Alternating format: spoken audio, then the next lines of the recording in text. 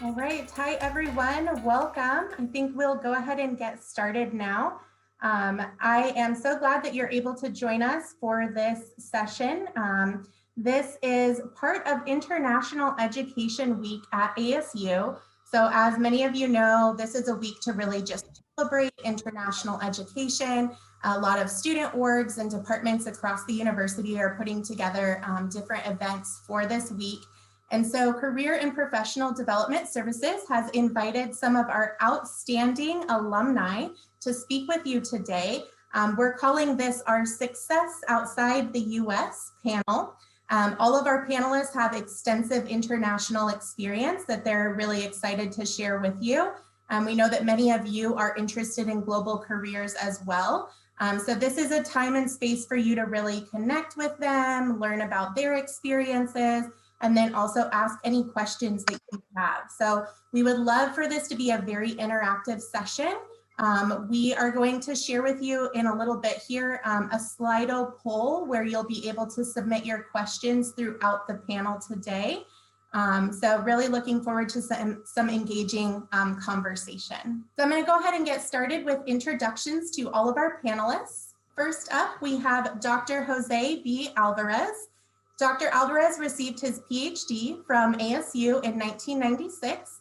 He has been a tenured faculty member at the University of Georgia, academic dean for Latin America and Europe with SIT Study Abroad, senior vice president for academic affairs and initiatives at CEA Study Abroad, and he is currently the vice president for strategic initiatives and operations at John Cabot University in Rome, where he has been living for the past 11 years.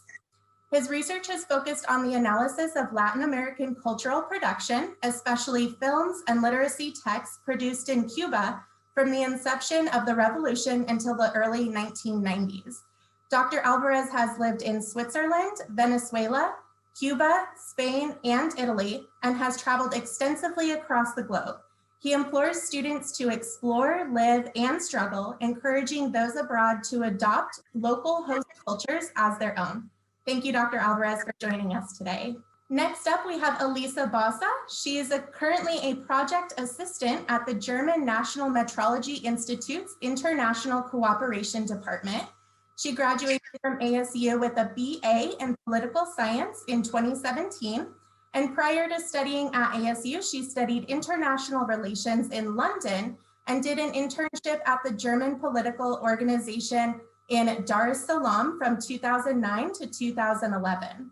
Elisa is a 33-year-old German single mother with a Tanzanian background, and she's fluent in English, German, and Swahili. Given her development aid background, her father has worked in development his entire life. Elisa always knew that she wanted to in the international development aid field. This is your meeting on my phone, a webinar. If someone can just mute yourself, please. Thank you. So Elisa knows that her next stop will be somewhere outside of Germany because she wants to see the world, and she always strives to challenge herself personally and professionally. Elisa, thank you for joining us. And our third panelist today is Samantha Rush Sokloff. Samantha holds an MBA in biomedical management from the Hebrew University of Jerusalem, as well as a BSc in kinesiology and a minor in business from Arizona State University.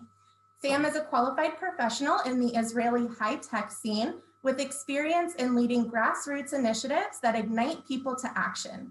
Sam is co-founder of SwiftDuct, a medical device startup, which has received investment and has been accepted into a startup incubator. Sam is currently finishing maternity leave and beginning her new role as Jerusalem Ecosystem Manager at Startup Nation Central, an independent nonprofit that builds bridges to Israeli innovation. So prior to SNC, Sam was part of the founding team of the innovation space at Israel's only pediatric rehabilitation hospital. In her role as innovation manager, Sam was responsible for establishing strategic partnerships, project management, and scouting potential assistive technology startup companies and products. Sam has worked in investor relations and marketing at Jerusalem Venture Partners, one of Israel's leading venture capital funds. Thank you, Sam, for joining us. We'll go ahead and get started with a couple of questions for our panel. We're just going to kind of kick it off, get the conversation flowing, and then we're going to keep an eye on the questions that you all have. And so we'll be able to ask those as well. We definitely want to ask the questions that are most interesting to you. So please do go ahead and start submitting questions as soon as you'd like. So we're going to start off with kind of a fun icebreaker question for the panelists. We would like to know what your first job was. So we've heard about your current position and where you are now. Want you to think back through the years. What was the very first job that you ever had? And we'll just popcorn, so whoever wants to go first. I see Elisa. Yeah, go ahead. My first job was as a delivery service driver for a Greek restaurant on the weekends. That was my very first job. And it was quite exhausting because I worked the whole day up until 11 p.m. And then I drove home. I got dressed up and I went to clubs. So that was quite exhausting, but it was fun. It was a fun experience. I'll go next. Mine was in Boston. You really took me back years and years back. And it was actually handmade advertising in the streets in Boston. And this was during winter time, 1982. That was my very first job. And earned cash, and I was able to learn about resilience, right? People not wanting to get something when they give you. That actually I'm sure that is, that was a long time. Thank you, Dr. Alvarez. And we're having a little bit of a hard time hearing you. If you want to maybe just make sure that your headset is turned on, you sound a little far away. All right, Sam, what about you? My first job was actually at ASU. I was a fellow through the local Jewish community center. And I was doing activities and student groups and putting on programming at ASU. So, all right. So now that we have a sense of your humble beginnings and kind of the journey that you've been on, it would be great if you can just tell us in a little bit more detail, what exactly that journey has looked like for you and how you've ended up where you currently are. I'll start. Can you hear me now? Is that better? It's still pretty difficult to hear. All right, I'm gonna see if I can switch this. Okay. in the meantime, I'll go.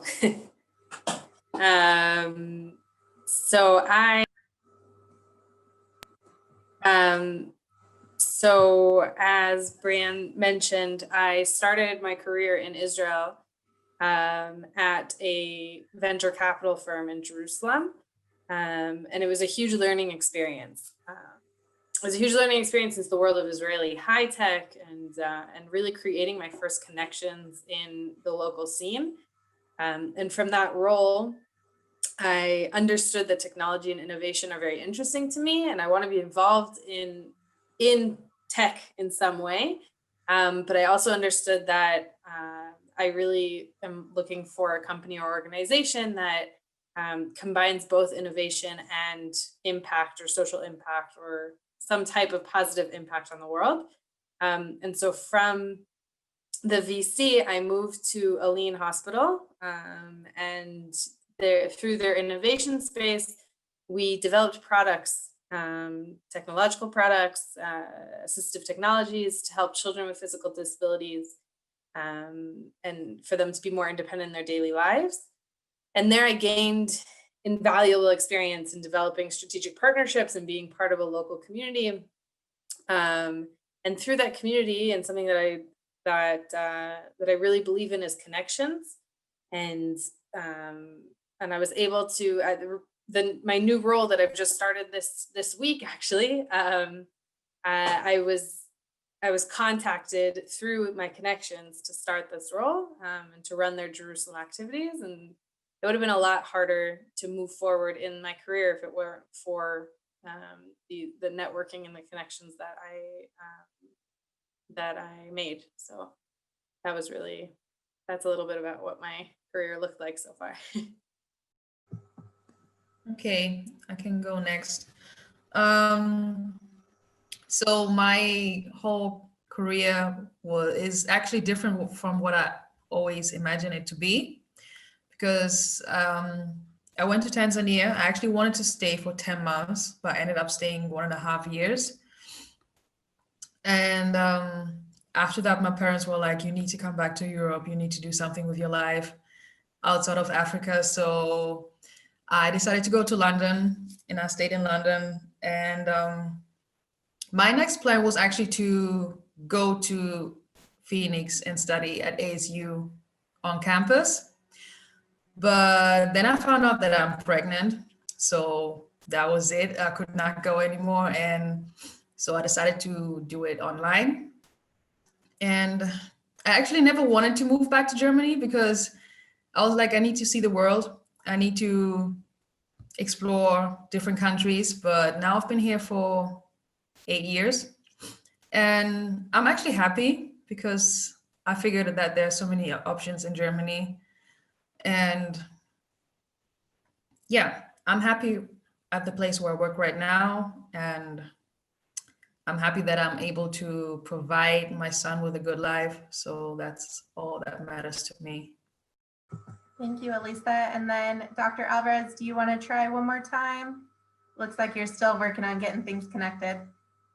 All right, we'll go ahead and move to the next question. Feel free to jump in whenever is a good time for you. So one question that I know a lot of our students have is, you know, each of you has degrees from ASU, different degrees, different fields, different kind of career trajectories that you've taken. How do you feel like your time at ASU prepared you for a global career? And how were you able to like leverage either your experience or your degree from ASU to kind of break into your field? I can start. Applying for jobs in Germany with a degree from an US college is actually very easy because they love degrees from US colleges. Like if you have one, you're actually good to go in Germany. They really respect these degrees. So it was not difficult in that sense. And yeah, it was actually an easy play. Like as soon as they saw my CV, they were like, oh, okay, you can come for an interview. So it was actually kind of easy. Wow, that's great to hear. I think that's, you know, the opposite experience that a lot of people have. Is there anything that you participated in as an ASU student that you felt like was especially impactful, aside from the actual degree that you were studying? I know you were an online student. Did you have the chance to participate in any student orgs or professional development or anything like that? No, not really, unfortunately. Can you hear me now, Brianna? Yes, that's much better. Okay, good. All right. All right. So Dr. Alvarez, we're just talking a little bit about how each panelist has been able to kind of leverage their experience from ASU and, you know, what the main things that you were able to gain from your time at ASU, whether that was being involved in different on-campus activities, you know, your degree itself. How have you really used that to springboard into a global career? So my experience might be a little bit different given the fact that I went there for my doctorate. So I was not an undergraduate student. So, however, I mean, I do really credit ASU with a lot of my success internationally. I mean, I was able to work with David William Foster, who just passed away, who really allowed me to understand and think strategically as far as what I wanted to do. I came into a traditional academic career. And then for, you know, I was at the University of Georgia, I got tenure, and then for family reasons, I had to relocate. So I had to leave my academic job. So I had to reinvent myself from being a faculty member to pretty much being an administrator in business and such. So having a major that was very broad and that really taught me to think globally, it really helped quite a bit. And again, I went to school before, you know, I mean, the new president. So ASU was very traditional in many ways, but my department was not. And that's what really made the difference. And the fact that there was many faculty members that were international, that also allowed me to be able to see and to understand the different possibilities. One more thing I would say is that languages, I'm proficient in 4 languages, and I don't say this to boast. I mean, it doesn't do anything boasting about that, but the fact that you can actually insert yourself in many different vectors of societies through language is extremely important, right? So you're not an quote unquote the ugly American, you know, that you expect everybody to speak your language. And that really helped me quite a bit, and to really not so much fitting in, but to try to understand the different coordinates, of cultural coordinates that you can sometimes only be able to grasp through language. And it doesn't mean, I didn't speak Italian 10 years ago. So again, learning the language when you're here, that is something that really helps you to insert, and people feel respected, and also people feel that you're taking what you bring, but also what they have as essential for the job that you're doing. So. Wonderful, thank you. And Sam, how about you? So at ASU, I studied kinesiology and was pre-med, and I also was doing a business minor. So I was in a few different tracks, and I met a lot of people that way. And in my spare time, I was very involved in a couple of student groups. And honestly, the connections I made in those student groups and the experience I gained in putting on events and taking on a leadership role, doing project management, strategic thinking of how we can leverage the activities that we were doing to get to as many people, be as relevant as possible, really helped me move forward in my career now. So it sounds like we have like such a wide range of experience on this call, right? From Elisa, who was an online student, didn't really have a whole lot of opportunity to participate in things like student orgs. Sam, that was super influential from you. Dr. Alvarez, being in a PhD program, you obviously were probably a little bit more focused on like the academics, but you really benefited from the international faculty in your school. And I think, ASU is such a huge school, so that's very representative of our student population, right? Everyone has different experiences. One thing that we're hearing right now from students from all different fields and industries is that things are moving and changing quickly. And they're concerned about, being in a degree program and looking towards the future. How are things maybe going to look similar or different as they approach graduation, start to enter the workforce? So I thought it might be interesting to ask each of you, what has changed within your field, within your industry, with recent events of the global pandemic? And kind of how are things looking? Do you have any projections about, where things are headed within your industry? Well, I'll go ahead and start. So I'm in the education. I am an administrator at a university in Rome. This is an American university that is in Rome, right? So of course, we have two different types of students. We have degree-seeking students, and we have study abroad students. The study abroad student, which is pretty much coming from the US, has stopped. We usually have 700, 800 a semester. This semester we have 100. So that is a very large impact into the finances, but also the makeup of the university. And this is, again, we're not gonna see a rebound until next fall. Most schools from the US are not sending students overseas. So, you have to really look strategically. Number one, you got to be looking at your finances, because without that, you would just collapse. That's the number one thing. Number two, you got to be looking at how are you going to be able to make it, right? What is it that you need to be offering that might be different than what you offering last fall, right? What is the consideration students are having? Economics is one of them, okay? Many students, parents have lost jobs. Many students' parents are not in a position to support the students in many different ways. So how do you present that to students, and how you use that, what I call using a negative to provide a positive, right? So you have to adapt to, in this case, for the client. I don't want to talk about students client, but again, what is it that the market is dictating that you need to do? So that's what you got to be looking at. Because otherwise, if you start looking backwards instead of forward, you're going to fail pretty much. It's a very tough time in many different ways, but cannot lose focus with what your mission is and how to accomplish that mission.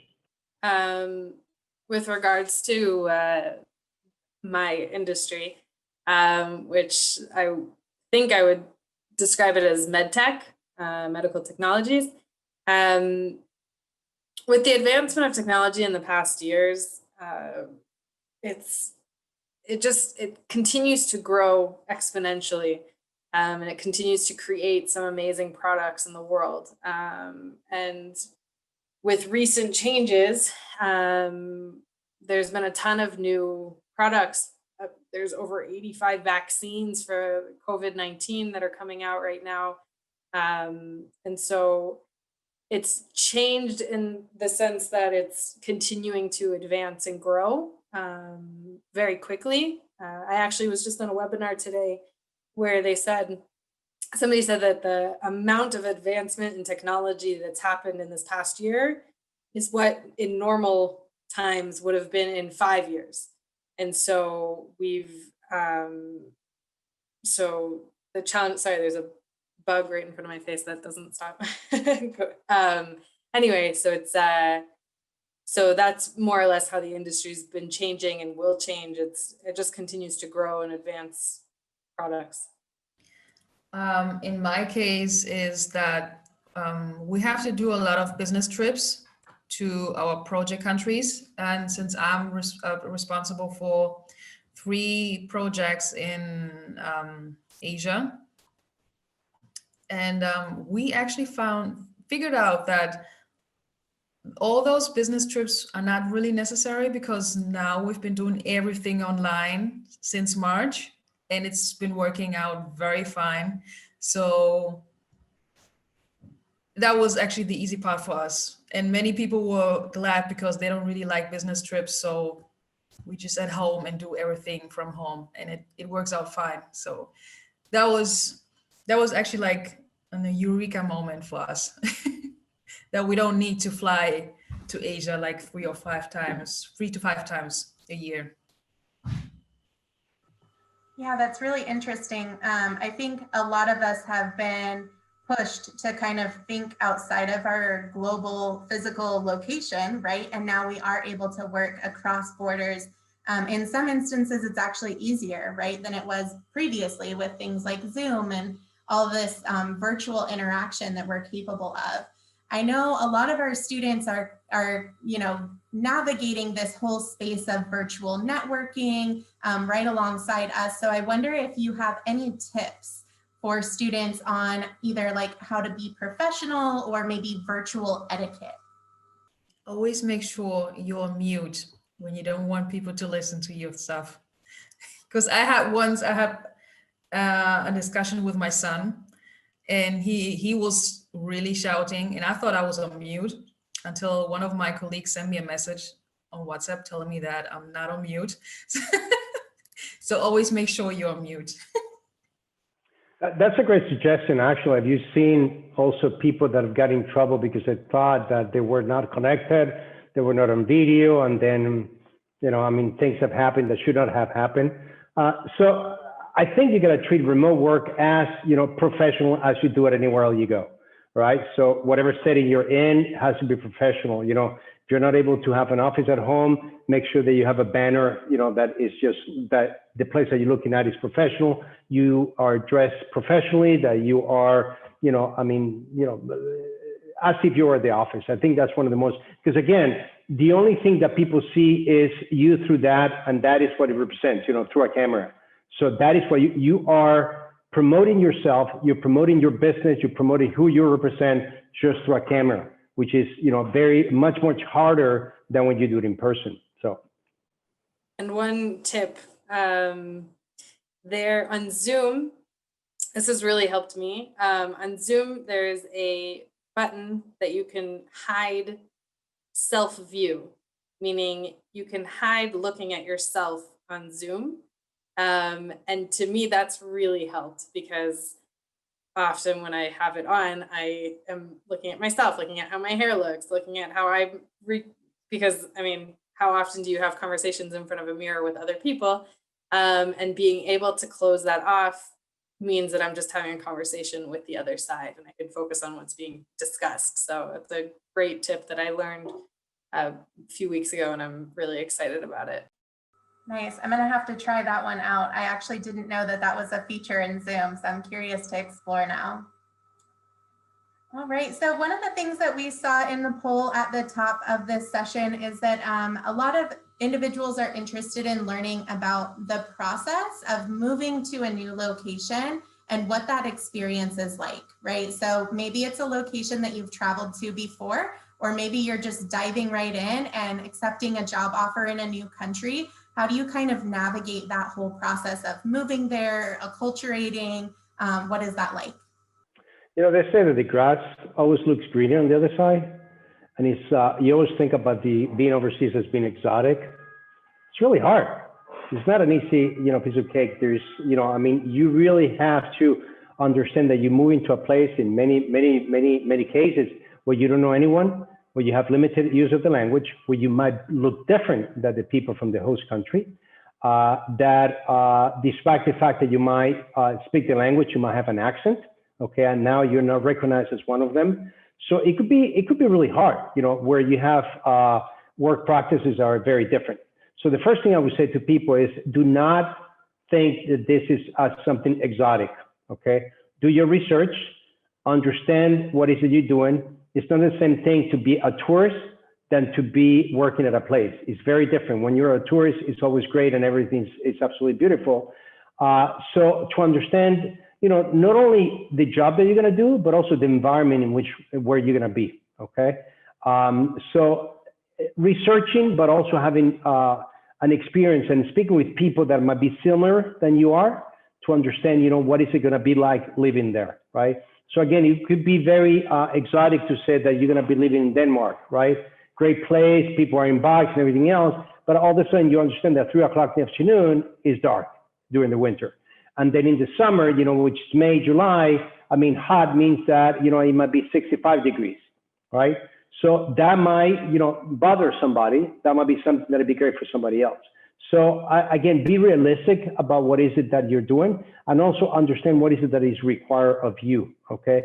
And I think one of the most important things is that not to idealize the place and just to think that you're gonna be, and also to think that people are going to be waiting, and I tell this to study abroad students, are going to be at the airport waiting for you with a bag says, we're so glad that you come into our country, okay? That's something else, that people might. So be prepared for hardships. Be prepared that things will be different and things might not be as you imagine them or as you lived them when you were there a tourist. So if you have a chance to be there a student, if you have a chance to be there to do an internship, that it really gives you an idea of the location. I think that's one of the best things people can do. Dr. Alvarez basically said everything and more than what I was going to say. The only thing I would add is immersive language courses are a really great way to get involved and understand a little bit more about the culture and about the language. And that, in my opinion, is a really awesome way to really have an idea of the local place. Yeah, they both said everything. I don't have anything to add anymore. Okay, actually, Elisa, we have a question that came in specifically for you. So how did you find and apply for jobs in Germany? Were you already living there at the time? And how do you recommend that someone from the US start looking into jobs in Germany?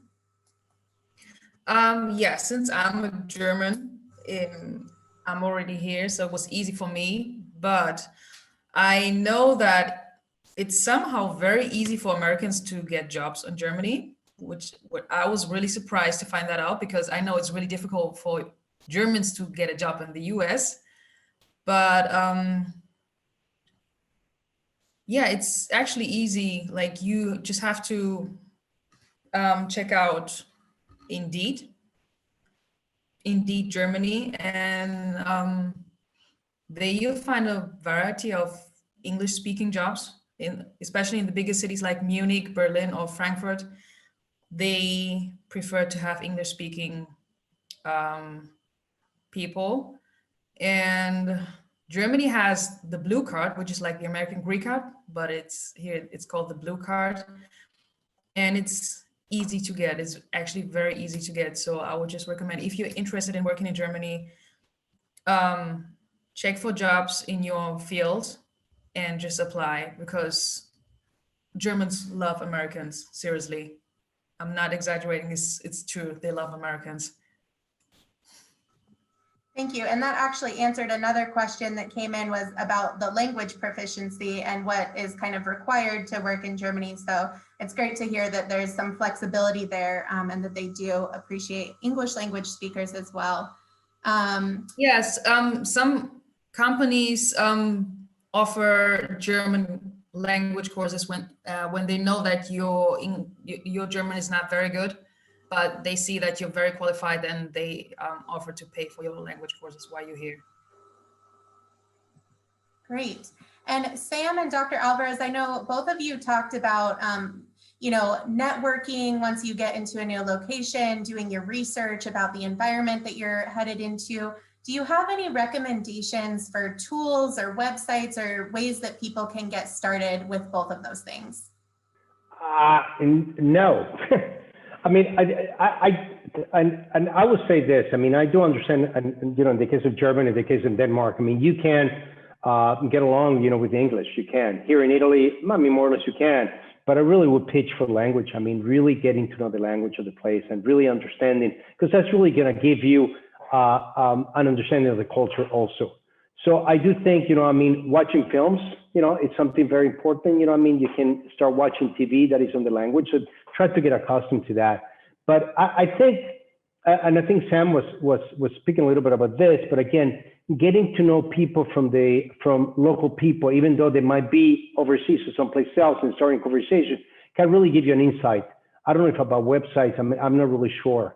I would tell you one thing. I mean, I'm going back to what Lisa was saying with regards to job. I mean, the first time I came to Italy to work, there was not a job for me here. So I approached my employer and said, I got a problem. I have a daughter who is Italian. Her mother has decided to leave and go back to Italy, and I don't want to be away from my daughter. So, kind of work from overseas. And that's how I ended up coming here. So I pretty much proposed that. And the job that I was doing from the US, I started doing from Italy. So again, be bold, right? I mean, make yourself, have an argument why you can do the job where you are and where you're here. And then from there, I moved on and I got a job from a location that was here. So. Yeah, and I think, I don't know about tools specifically, but depending on what field you want to work in that country, Google is your best friend. Look, I can speak from my personal experience in Israel, in the high tech scene and sector, and the different sectors in high tech here. If I was in the States still and I was looking to tune into medtech in Israel, I Google medtech in Israel, and there are hundreds, if not thousands, of companies that are relevant that I can reach. I can look on LinkedIn and look for relevant people. Honestly, LinkedIn's a great tool. If depending on what your field is, obviously, if it's social work, it's less relevant. But if it's business, it's definitely relevant. Thank you. Yeah, we have been hearing, in career and professional development services, especially right now, like more than 90% of our employers are looking to get connected with applicants on LinkedIn. So that's one thing that we're definitely stressing to all of our students at this time is like, get on LinkedIn, make a profile, start reaching out and building your networks. And I know like from my own travels overseas, I continually add people to my network. And so it just becomes more and more global, right? The more that you have those international experiences. So LinkedIn is a great one. We do have another tool at Arizona State University that all students and alumni have access to. And I'm going to share info with everyone about that at the end of the presentation today. It's called Interstride. And we are going to have a session this Friday, kind of demonstrating how to use Interstride. So that's another great resource that I want everyone to have kind of on their radar. All right. So the next question is, what is one piece of advice that you would give to your younger self?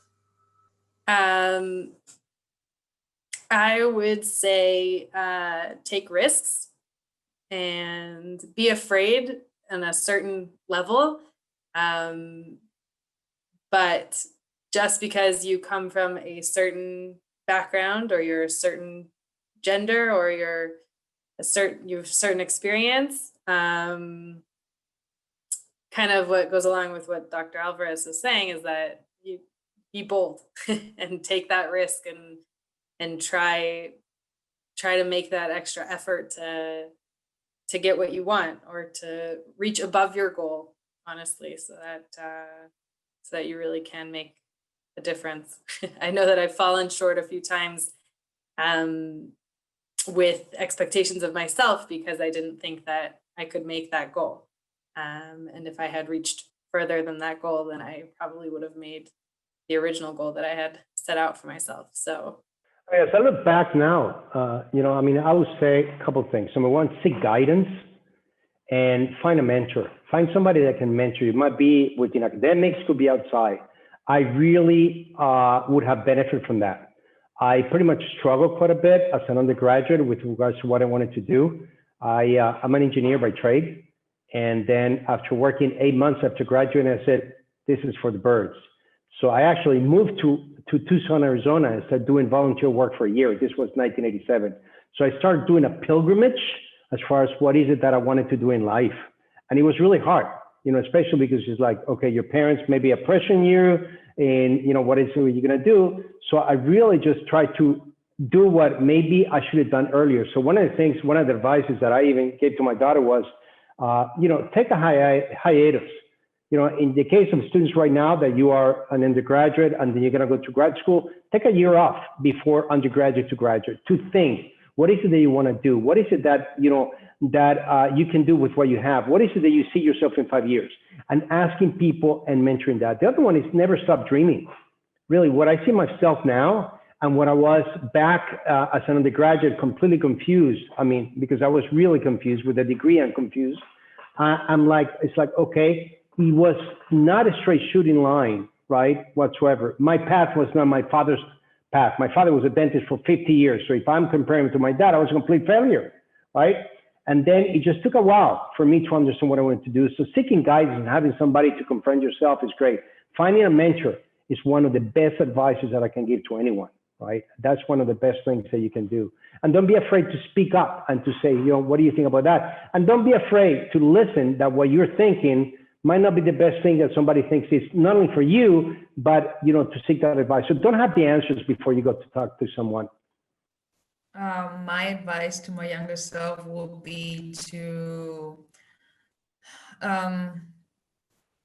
never give up, because that's what I did when I found out that I was pregnant. I thought my life was over, and but I managed all the way by myself, and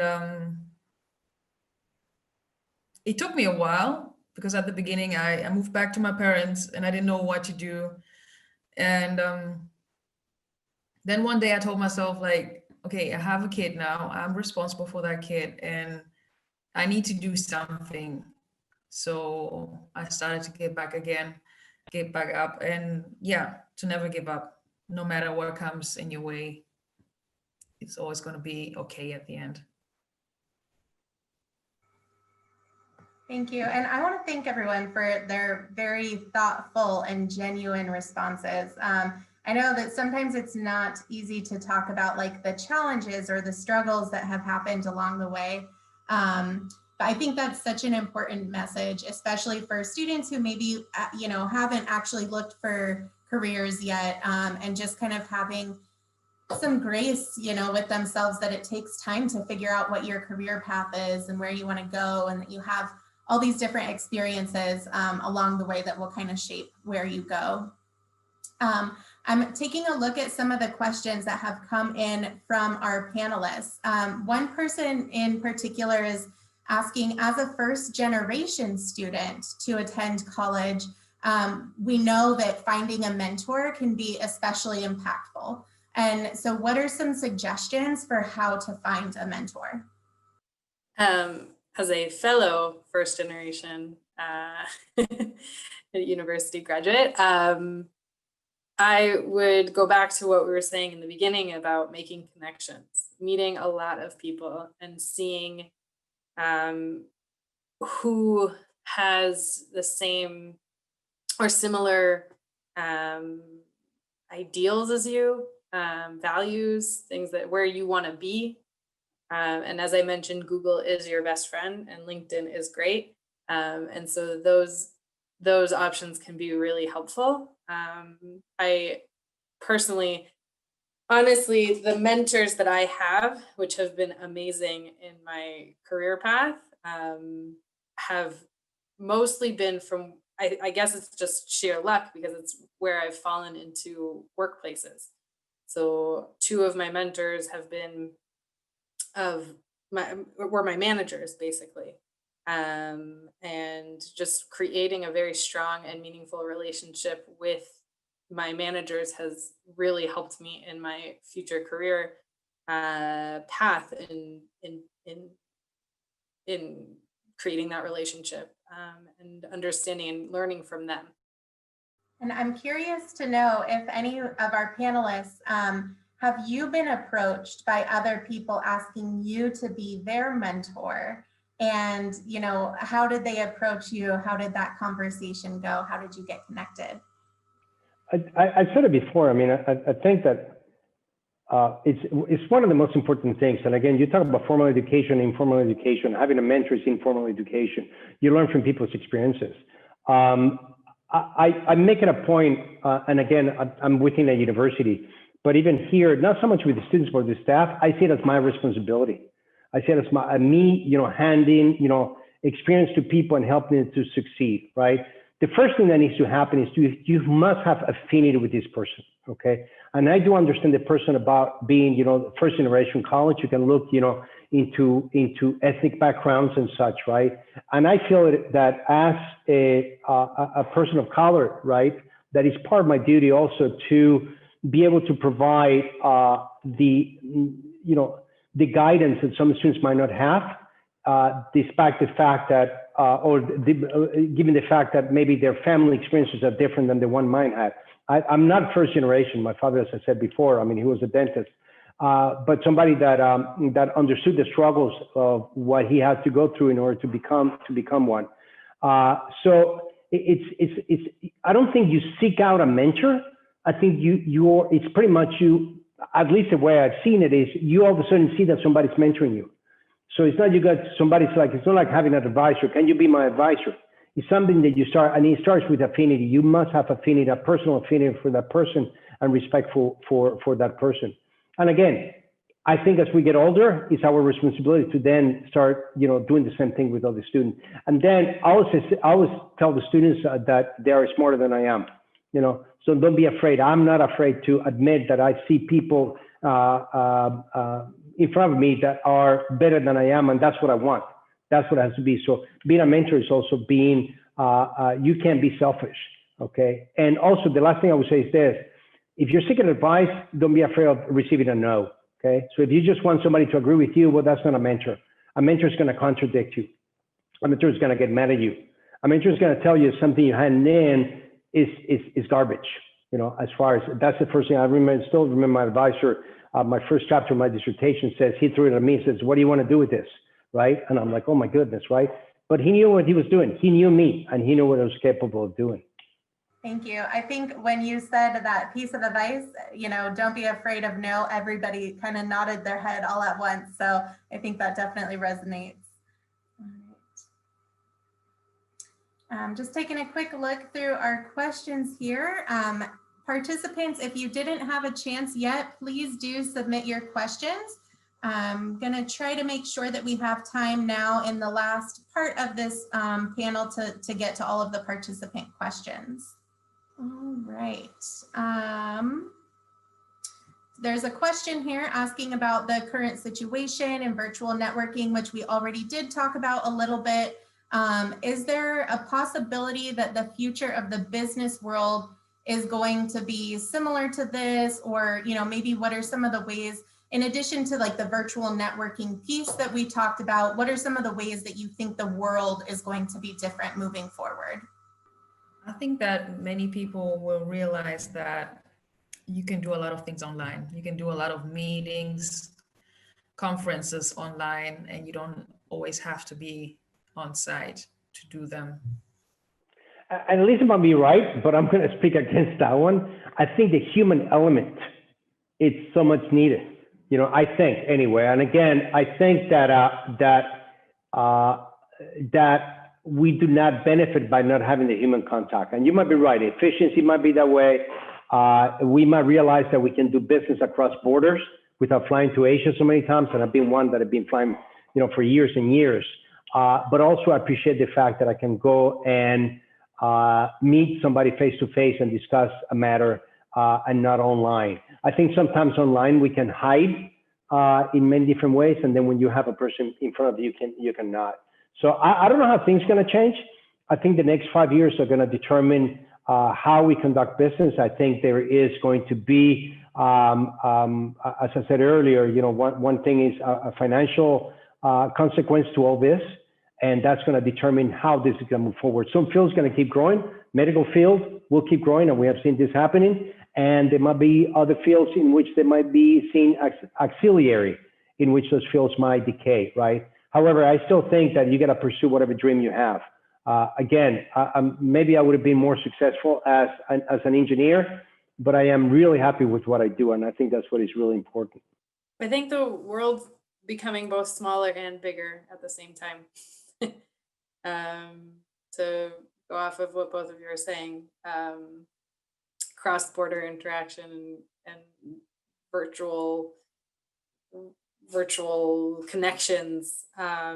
We can meet people from all over the world from our living room. So it makes it a lot smaller, but at the same time, we're losing that human connection. And exactly what you're saying is that it's making it bigger and further away. So it's interesting. It's a good question. If I might say one thing, Brianna, which is this, right? And this is, I saw that there's a lot of business students, right? And I would really argue for one thing, right? Which is, yes, you can focus on business, you can focus on finance, but do not forget about the liberal arts, okay? Do not forget about literature. Do not forget about film. Do not forget about history, because that is really going to make you a much more efficient person in the business that you are in, right? So that is what traveling is going to bring to you, right? And again, we all have heard of doctors not having manners, for example, and not even able to, you know, they might be the best brain surgeons, but they cannot carry a conversation about, you know, something mundane, such as maybe, or maybe something non-mundane as history. So there's a lack there. So do not forget, I think, and I was going to say it's a research university, I've been at research universities, right? But the liberal arts is really important for the human makeup of the person, and I believe for the professional success of the person, and that has to be emphasized. Thank you. And I think we have made it through most of the questions that have been asked so far. We did get one question from Laura, which I believe we mostly answered, asking about how many languages each of you speak. So if you could just one more time tell us how many and which languages you speak. I speak two, English and Hebrew. I learned French in high school and I don't remember anything, so I'll say two. I speak 3, English, German, Swahili. I learned Spanish for like 3 years. I understand Spanish, but please do not expect to speak Spanish. Like, don't expect me to speak Spanish. I'm good at understanding and writing and reading, but speaking is not my stronghold. So I'm completely proficient in 3 languages, which is English, Spanish, and Italian. French is actually my second language. I went to boarding school in Switzerland when I was a child. So it actually is my second language, but not practicing, and the interference with Italian actually is kind of falling into the back. But when I go to France, I mean, I'm not afraid to speak. I'm not afraid to really just engage people, even though the fact that they might speak English and they might speak, you know, another language, I want to engage them in their language. And that's the way to conquer the language. So. Thank you so much. So I think that is all of the questions from participants. Juan E. and Hariher, please let me know if I missed any questions. I'll keep an eye on my chat. If I don't see any other questions coming in from the participants, I want to ask all of the panelists just one final question to kind of wrap us up. So we asked you earlier, what is one piece of advice that you would give to your younger self? Now I want to ask a related question. What is one piece of advice that you would give to the students on this call today? Don't be afraid to try out something new, and don't be afraid to start new in a new country. It might be worth it. It might be the best experience in your life. you never know. Can I give two? Just going off of the language, the last language question. One piece of advice regarding learning a new language is think about somebody you know who speaks English as a second language, or I don't know where everybody's from, but I mean, whatever.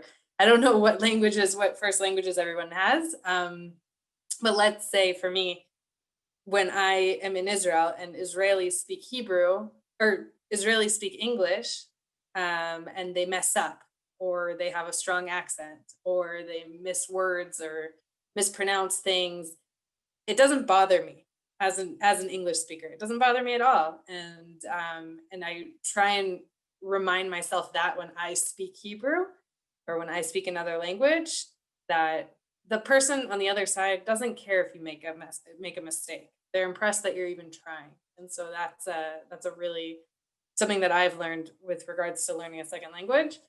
And with regards to advice, I think perseverance is a huge aspect of everything that we're talking about here. Learning a local language, customs, meeting and connecting with as many relevant people as possible, researching what opportunities are out there. The answers aren't always easily accessible, but I really think that you can succeed with some luck, and a lot of hard work and perseverance. You're on mute, Dr. Alvarez. We can't hear you. Yeah, know about technology. That's one thing that I would say. Anyway, so perseverance, absolutely. I mean, and what I would say is this: number one, know yourself, right? Know yourself.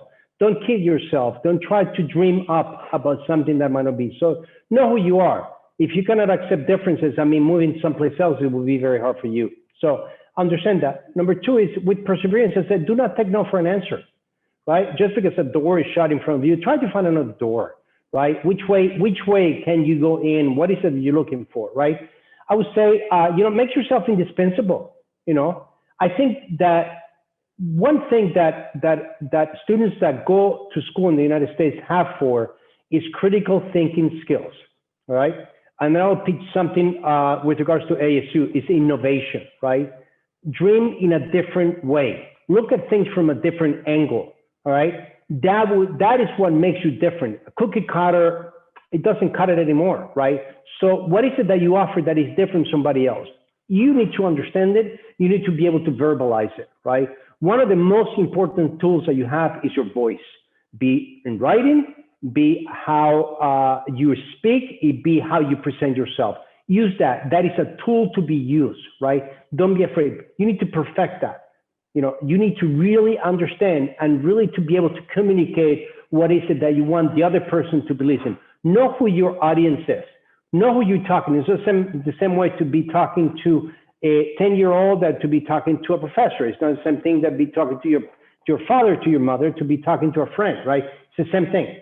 So understand the cultural coordinates of the person that you're speaking with, right?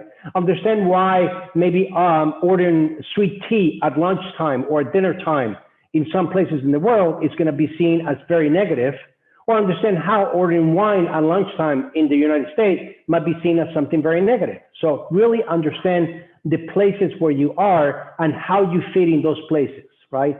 So I think it's having self-confidence, but also be humble. Really understand who you are and try to learn from whatever experiences you have. I mean, that's the best advice that I can give anyone. And it's something I tell myself all the time, right? So it's hard out there. It's not easy. It's not easy. The best thing I used to tell when I was still teaching in college, I used to tell students, I am never going to leave the classroom. I don't have to grow up. I don't have to. I can still, be a student. I'm 40 years old and I'm still a student. Well, you know what? I had to grow up and move out of the classroom into administration and trying to still remake myself and try to work with people. And last thing I would say is this, it's all about the people. I tell this to everyone. You might be the best person at what you do, but it's the people that you work with that will make the difference. So it's all about the people. Wonderful. Well, thank you everyone so much. I really appreciate all of our panelists for taking time to be here and share their experience with ASU students. I want to thank the students for logging on and joining this session. I want to encourage us, if we feel comfortable, to share our LinkedIn URLs in the chat box. One of the participants asked if we would feel comfortable doing that. So if you feel comfortable, go ahead and share in the chat, and that way everyone can get connected. I'm also going to share a couple of slides about some upcoming events that we have this week as part of International Education Week before we sign off. And I have a fun little activity here. Students and alumni, I have two $25 gift cards to the ASU bookstore to give away. So we're gonna do kind of like a competition here. So if everybody can get prepared in the chat, I'm going to ask a question, and the first two people to answer in the chat will win those $25 bookstore gift cards.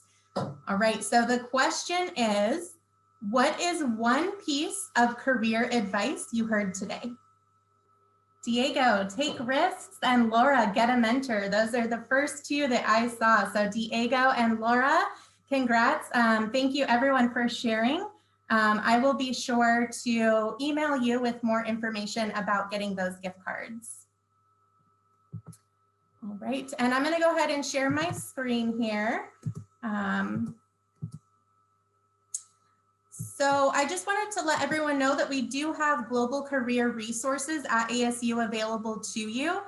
This includes one-on-one advising appointments where you can talk about exploring your global career paths.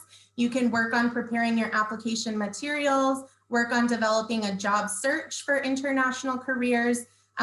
So definitely do reach out if that's a service that you would be interested in. I'm going to share my contact information in the chat with everyone as well. So you will all have my email. Feel free to reach out at any time, and I'll be sure to get you connected with the different resources that we have for you.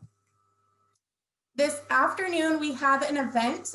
This is an employer event with one of our global partners. So they have career opportunities in Phoenix and Taiwan. And so they are hosting an event specifically to share information with ASU students about these opportunities. So if that sounds like something that's interesting to you, feel free to join us this afternoon at 4:30 p.m. This event is also posted on Handshake. Tomorrow we have an event talking about international education in your career. So we're going to, as a group, watch a TED Talk discussing the importance of international education for developing personal identity and exploring different perspectives. And then we're going to have a conversation after the TED Talk, kind of debriefing about what we heard, sharing our experiences with each other, and then talking about global careers. And Friday, we have a session about Interstride. So this is what I mentioned a little bit earlier on in the panel. Interstride is a platform that was created by international students in the US, and it has a lot of international job postings. It has visa information, specifically for international students who are maybe interested in working in the US on OPT, H-1B. They've got a really powerful visa insights section where you can navigate some of that information. And then the country insights section is also really great for exploring different places around the world where you may want to live and work. So dig into this platform and show students how to use it, how to get the most out of it. And so we'll be having that session on Friday from 12 to 1. That's also posted on Handshake. All right, so thanks everyone again for joining us, and I hope you have a great rest of your day.